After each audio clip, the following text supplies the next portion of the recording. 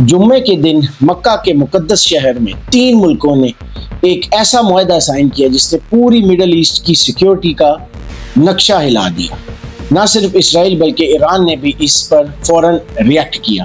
یہ ڈیل ہے کیا اور پاکستان کے لیے اس کا مطلب کیا ہے، آج ہم یہ سمجھیں گے۔ 7 اگست 2026 کو سعودیہ، ترکی اور پاکستان کے سربراہوں نے کراؤن پرنس محمد بن سلمان، پریزیڈنٹ اردگان اور پرائم منسٹر شہباز شریف نے مکہ میں مکہ جوائنٹ ڈیٹرنس ایگریمنٹ پر دستخط کیے۔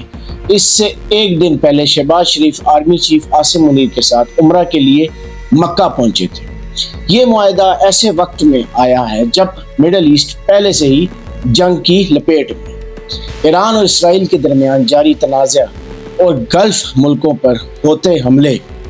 اس معاہدے کا سب سے اہم حصہ یہ ہے، اگر تینوں ملکوں میں سے کسی ایک پر آرمڈ حملہ ہوتا ہے تو اسے تینوں پر حملہ سمجھا جائے گا، یعنی کلیکٹیو ڈیٹرنس۔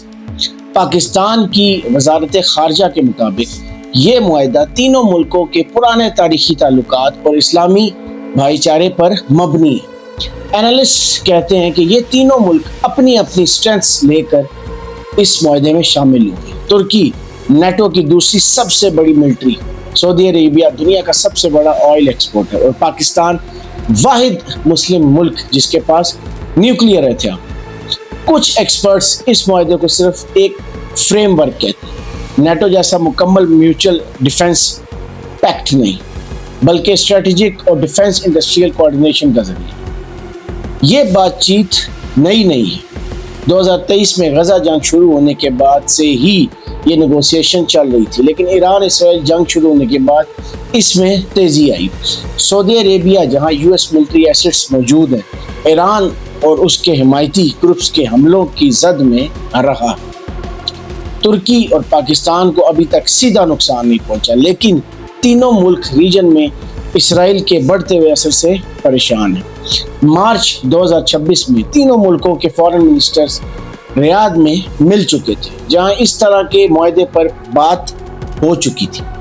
اس سے پہلے ستمبر 2025 میں پاکستان اور سعودی عربیہ نے بھی ایک میوچل ڈیفنس ایگریمنٹ سائن کیا تھا۔